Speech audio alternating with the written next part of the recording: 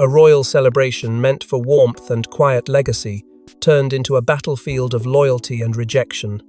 Just 5 minutes before her expected arrival, Camilla, Queen Consort, was formally disinvited from Princess Anne's private family gathering. But why now? And who orchestrated the final blow? Before we go deeper into what this really means for the royal family, make sure to subscribe so you don't miss a single update. It began as a day cloaked in tradition, where Princess Anne quietly hosted her most sacred event of the year, her private family gathering at Gatcombe Park. Known for its fiercely guarded guest list, this was not just another royal function. It was a statement, a ritual preserved by Anne to honour her mother's memory, and more importantly, to draw a line between those she considered family and those she did not. For years, Camilla had tiptoed around this occasion, carefully calculating her proximity to it. But this time, she didn't just lose her place, she was pushed out. The decision came as Charles's health hovered in a delicate state, with every move inside the royal circle under scrutiny. And while most of the family tried to project unity, there had been a noticeable frost between Anne and Camilla in recent weeks. Tensions that once simmered under the surface had now crystallized into deliberate choices, cold silences during private meetings, awkward avoidance at Windsor, and then this, a formal, last-minute disinvitation. Sources close to the palace revealed that a direct call was made to Camilla's personal secretary just moments before her motorcade was scheduled to leave Clarence House. The message was brief, clinical, and devastating. Princess Anne respectfully requests that Queen Camilla not attend today's celebration. There was no explanation, no apology, just finality. Camilla, upon hearing the message, reportedly stood in stunned silence before erupting in disbelief, asking, "She did what?" Her fury was immediate. But behind her outrage was the unmistakable sting of public humiliation. This wasn't a quiet distancing, it was a declaration. Security at Gatcombe Park had already been notified in advance. Camilla's name was struck from the authorized list. If she arrived, they were under orders not to allow her past the outer gates, even if she came alone. It was a line drawn with no room for misinterpretation. The royal protocol had been weaponized with precision, and it carried Princess Anne's signature. Eyewitnesses who were at the estate that morning recall Anne as composed and resolute. There was no hesitation, no second guessing, as if this wasn't a sudden move, but a step long in the making. But this wasn't a sudden decision. It was the climax of months of cold silences, quiet ultimatums, and one unforgettable betrayal. While the public sees unity, behind palace walls a cold war has simmered for years. Princess Anne's silent rejection of Camilla's growing influence was never about titles. It was personal. For decades, Princess Anne has stood as the monarchy's immovable force, unyielding in tradition, fiercely loyal to the legacy of her parents, and indifferent to the theatrical politics that often swirl around the crown. But in recent years, that quiet resolve has hardened into resistance, directed not at a foreign threat or a rebellious family member, but at Queen Camilla herself. It began subtly, a knowing glance, a dismissive nod, but underneath it all was a slow-burning fury Anne kept close to her chest. Not because Camilla threatened her title, but because Camilla threatened everything Anne believed the monarchy stood for. As Camilla embedded herself deeper into King Charles's daily decisions, whispers began to circulate.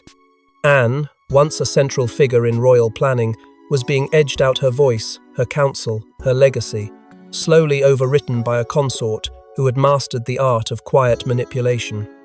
Royal insiders recall the shock when Anne was notably excluded from a crucial series of health briefings regarding the king's condition, while Camilla was reportedly present for each one. That exclusion wasn't accidental. It was the first deliberate crack in a bond that had already grown fragile. The turning point came during a heated debate about Prince George's education. Anne had made her stance clear: tradition must be preserved, the heir must follow protocol. But Camilla had other plans. Her influence over Charles turned the tide, and the decision that followed left Anne seething. She didn't argue. She didn't confront. Instead, She pulled back and began to draw the line.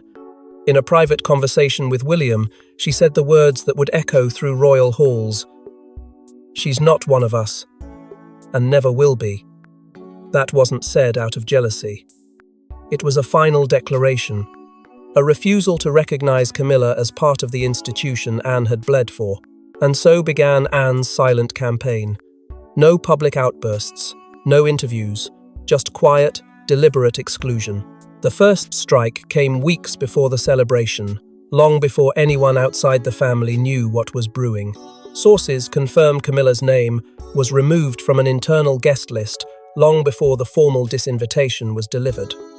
It wasn't a last-minute decision.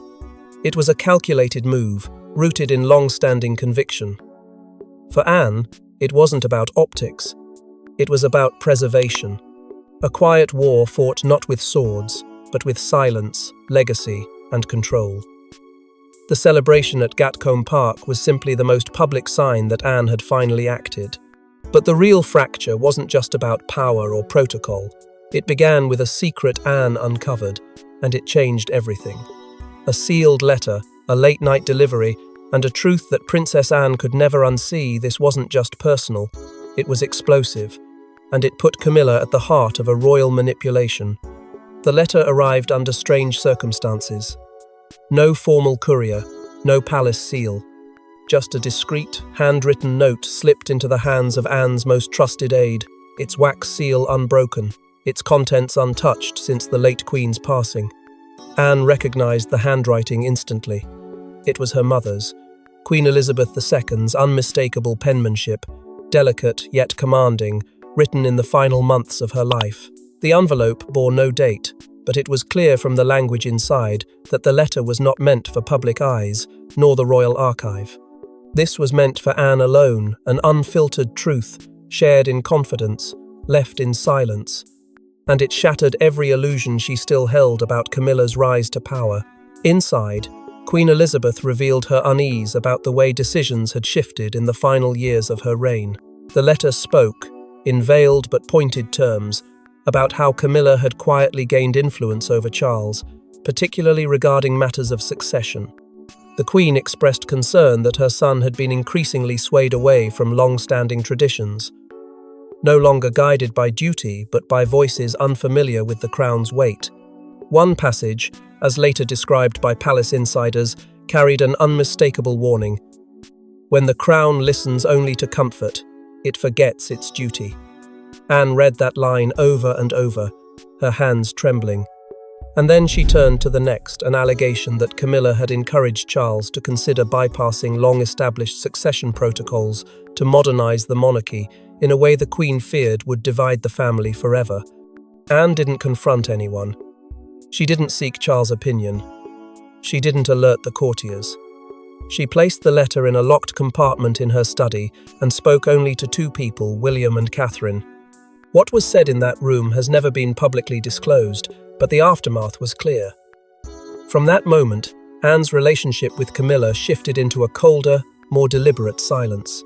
In the weeks that followed, Anne began to step back from shared public duties with Camilla, declined invitations, and ultimately delivered a silent blow during a Privy Council meeting, refusing to support a proposal Camilla had personally backed.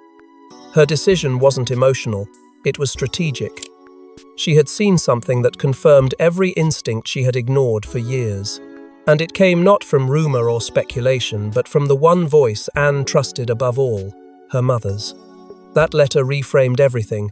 It turned Camilla from a rival into a threat, and Anne knew that if she didn't act soon, the monarchy's foundation would shift into something unrecognizable.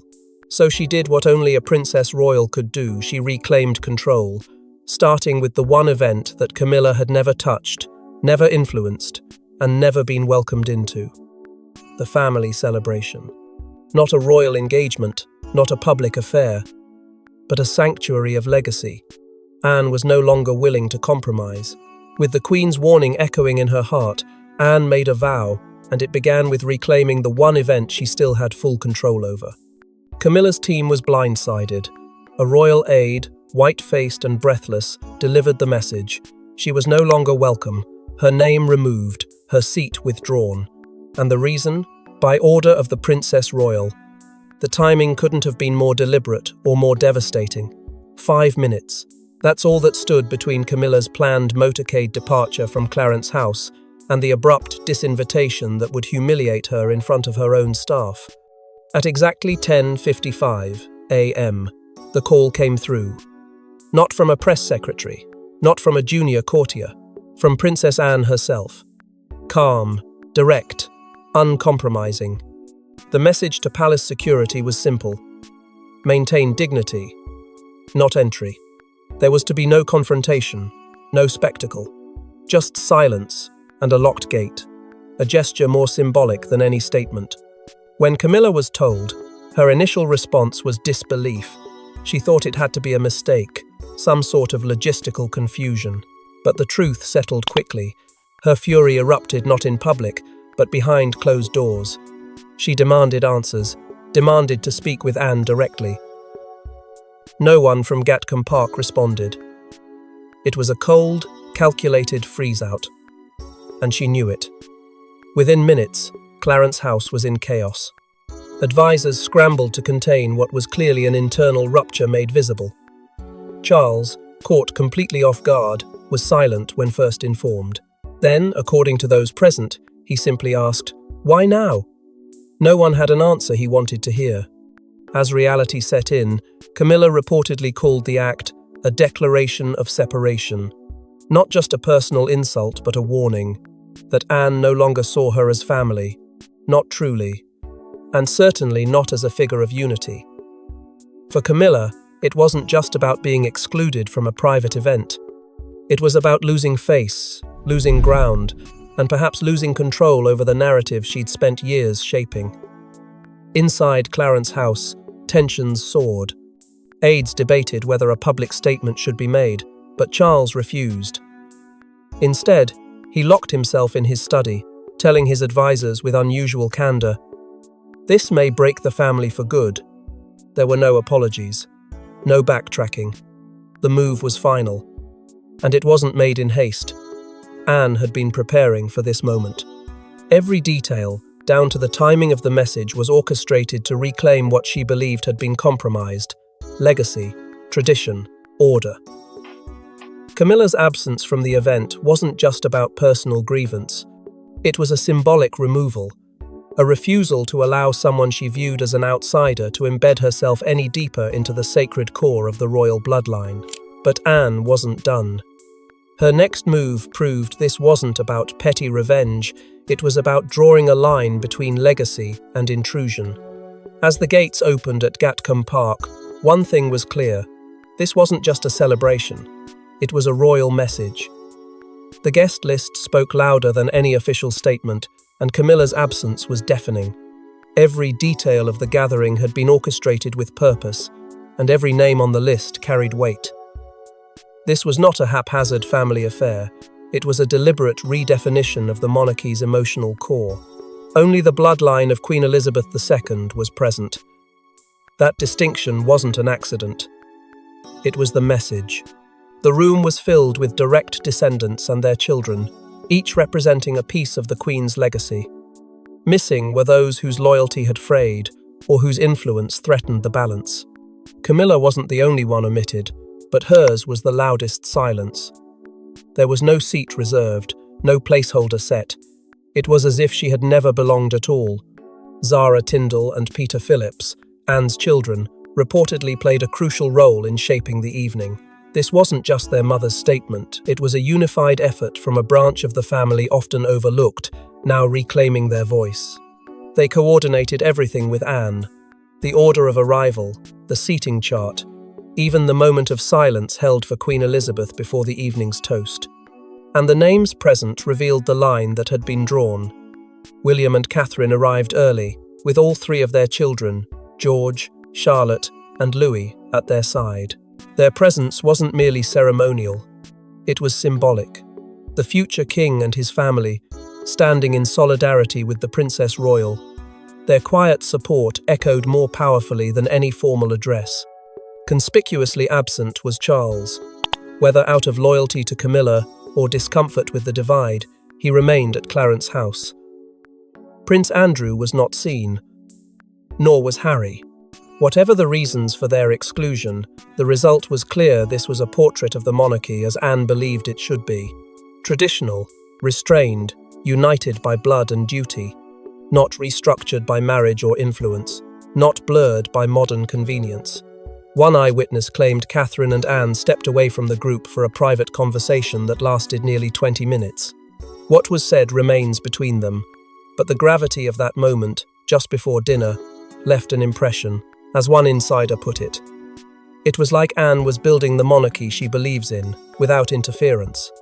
The evening passed without drama, but with the kind of poised silence that often follows seismic shifts. No one dared speak aloud what was understood by all. This was not just a family gathering, it was a new alignment, one shaped by conviction, not compromise. And while the royal household attempted to project calm on the surface, the palace itself would not remain silent for long. But it was what happened after the celebration, when a message was leaked to the press that set the entire palace on fire. Within hours of the celebration ending, a trusted royal source leaked the truth Camilla hadn't declined to attend. She had been removed. The media exploded, and Clarence House scrambled to control the fallout. By the time breakfast was cleared from the estate, the narrative had already begun to unravel. A quiet dinner at Gatcombe Park, intended to be a private display of unity among Queen Elizabeth II's direct bloodline, had now become the spark of a public inferno. At exactly 7:42 p.m., one of the nation's most notorious royal correspondents published a single sentence on social media. Sources confirm Queen Camilla was disinvited from Princess Anne's private celebration at the 11th hour. It spread like wildfire. Within 90 minutes, 4 tabloids had run variations of the same headline: "Disinvited, Royal Snub, a family divided." The phrasing was harsh, and yet unmistakably accurate. No spinning, no speculation. Camilla had been cut out, and the palace was unprepared. BBC News, careful in its tone, followed with a late-night bulletin: Clarence House has declined to comment, though senior aides admit tensions are unresolved. That single word, unresolved, ignited a storm.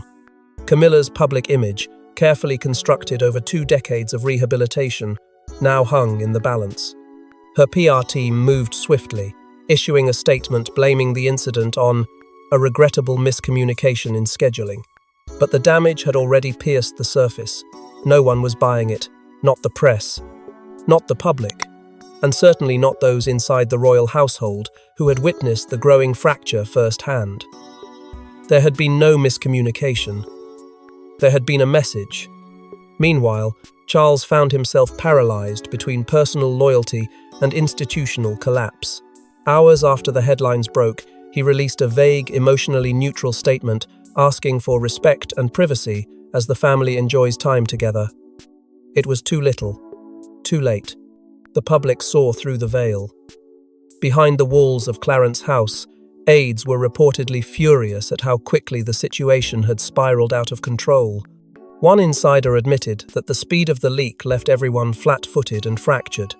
The usual mechanisms of damage control weren't just slow, they were obsolete in the face of a monarchy divided not by scandal, but by intention. And while the noise grew louder, Princess Anne remained silent.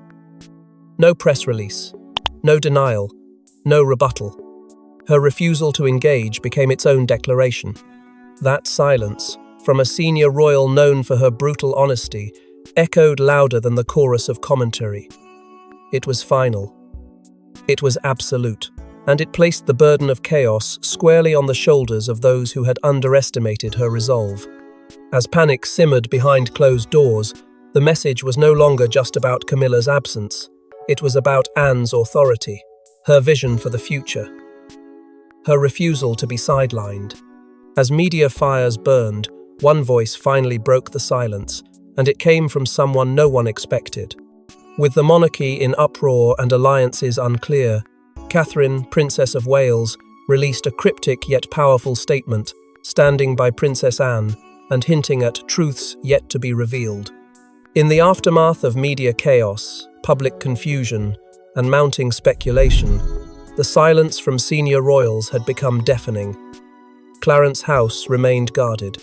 Anne refused comment, but it was Catherine who finally stepped forward, not with words but with symbolism. A single photo posted to her official platform sent shockwaves through royal watchers and palace insiders alike. The image was elegant, understated, and piercing. Taken during the private celebration, it showed Princess Anne at the center of a candle-lit table, surrounded by Queen Elizabeth II's descendants. Camilla was not there, and neither was Charles. The caption below the image was even more striking. Family, loyalty, legacy. 3 words, no names, no timeline. But the meaning couldn't have been clearer. Catherine had chosen a side, and she had chosen it publicly. For those inside the royal circle, this wasn't a surprise. Palace insiders had long whispered that Catherine, much like Anne, had grown increasingly frustrated with the growing influence Camilla exerted behind the scenes.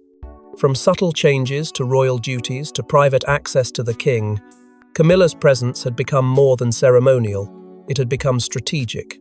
And Catherine, who had learned the art of silence through years of navigating royal politics, had reached her limit. She didn't need to explain her loyalty. She showed it, and in doing so, she reshaped the public narrative with surgical precision. The public responded immediately. Within minutes, her post went viral. Hashtags began to trend: number stand with Anne, number true royal blood, number legacy over title. Suddenly, the tide had turned. Where Camilla had once commanded growing sympathy, she now faced a digital wave of skepticism and scrutiny. And Catherine, without saying a single word about the disinvitation, had reframed the entire event as a statement of principle, not exclusion. She had echoed Anne's message and amplified it, placing duty and bloodline above comfort and convenience. Speculation erupted almost instantly. Was this Catherine's quiet entrance into a more commanding role? Was she aligning herself with Anne for more than just moral support? Royal commentators debated whether this marked the beginning of a coordinated path toward regency, with Anne as the advisor and Catherine as the bridge to the next generation. The image had more weight than any official press briefing, and it landed with precision. And yet, behind the walls of Montecito, another reaction reportedly played out in real time. Meghan Markle, watching from afar, was said to be deeply unsettled by Catherine's rising influence and the cold clarity of her alliance with Anne. According to those close to Sussex sources, Meghan viewed the statement as a veiled attack not just on Camilla, but on the broader push for a more modern, inclusive monarchy. And while no official response was made from Harry and Meghan's camp, their silence only deepened the shadow cast by Catherine's move. But if Catherine's statement was calculated, Camilla's next move was something no one saw coming, and it shattered any illusion of reconciliation. Camilla had been quiet for days, but behind closed doors, she was planning her response. What she did next shocked even the king. And for Charles, it marked the breaking point between wife and sister. The silence that followed Catherine's symbolic post wasn't submission, it was strategy. According to senior insiders, she submitted a confidential request to amend the official structure of royal succession support roles. The proposed change, to formally exclude Princess Anne from key advisory functions regarding the future monarch. On paper, it was framed as a reorganization. In reality, it was an unmistakable act of retaliation, one that landed on Charles's desk like a declaration of war. He hesitated. Then he refused to sign, and in doing so, he ignited the most explosive confrontation of their marriage. Sources close to Clarence's house described the ensuing argument as catastrophic. Words were exchanged that had never been spoken between them, not in private, not even in their darkest moments. Camilla, blindsided by the rejection, reportedly threatened to go further. She hinted she would release select private communications from Queen Elizabeth herself, letters, memos, and private opinions that had remained locked away since her passing. Her message to Charles was chilling. But Charles, torn between keeping his marriage intact and preserving the final wishes of his late mother, refused to bend. For the first time, he told his advisors he felt trapped between duty and disaster. He knew that endorsing Camilla's move would not only fracture the monarchy, but rewrite its values. Behind closed doors, William entered the fray. His words, reportedly sharp and controlled, cut through the emotional storm. "This is about the crown, not comfort." And with that, he aligned himself not with his father, but with Anne. Camilla, cornered and humiliated, made her move. She left Clarence House temporarily, citing health and the need for privacy. Official statements downplayed the departure, calling it a planned retreat, but no one believed it. The timing was too precise. The narrative too fragile. Camilla had been pushed into a corner and responded by pushing back harder than anyone expected. Her absence wasn't quiet. It was symbolic of a monarchy stretched to its breaking point, teetering between tradition and ambition, legacy and ego. And through it all, Anne remained silent. Not as a passive observer, but as the only one who had never wavered, never compromised. Her line in the sand had provoked chaos, yes, but it had also exposed the uncomfortable truths beneath the crown. That loyalty could no longer be assumed, that silence was no longer neutral, and that even a queen consort could lose her place in the hierarchy of legacy if she misjudged where power truly lived. As the monarchy reels from this emotional confrontation, one final act from Princess Anne ensures there's no turning back. With the palace divided and loyalty hanging by a thread, Princess Anne released a rare personal statement, quiet, dignified, and devastatingly final. After weeks of turmoil, speculation, and internal fractures, the monarchy stood at a precipice. The public watched with breath held. Advisors whispered of irreversible divides. And then, amid the silence and crumbling appearances, Princess Anne delivered the final word not in anger, not in retaliation, but in the solemn tone of conviction. The statement, brief but blistering in implication, was released through official channels without any fanfare. It opened with gratitude. Anne thanked those who had, in her words, remained steadfast in honouring legacy without entitlement. That line alone drew a line in the sand. It was a subtle yet pointed distinction, an acknowledgement of those who had served without seeking power, and by omission, a condemnation of those who hadn't. Observers immediately recognized the weight of her words. Anne wasn't lashing out, she was preserving something. A vision of the monarchy rooted in discipline, in duty, in quiet sacrifice. Her statement underscored the importance of family service in upholding the institution not through ambition or external influence, but through selfless endurance. It was legacy before self, tradition before trend, a mirror to Queen Elizabeth II's own language, carefully echoing phrases once spoken in her final public addresses. Those echoes were not coincidence. They were inheritance in action. Though Camilla's name was never mentioned, the message struck like a bell in a cathedral, clear, unignorable. The implication was resounding. Ambition, no matter how veiled, had no place in the sacred architecture of monarchy. The institution would not bend to accommodate comfort or convenience, no matter how high the crown rested. And just as Anne had remained silent while chaos raged around her, she now spoke only when resolution demanded it. Not to retaliate, but to close the chapter with finality. The public responded with thunderous support. Social media exploded in solidarity. Parliamentarians offered rare nods of respect. Royal loyalists, many of whom had grown wary of shifting allegiances within the family, rallied behind Anne with new intensity. For many, it felt like clarity had finally pierced the fog. The institution had been tested, but the line had held. And Anne, silent for so long, had proved that influence need not shout to be heard. Her statement concluded with the kind of quiet power only she could wield. In silence, we find truth. In truth, we find peace. It was not just the end of a feud, it was the restoration of order, the closing of a door, a message that would echo through every chamber of Buckingham Palace and beyond.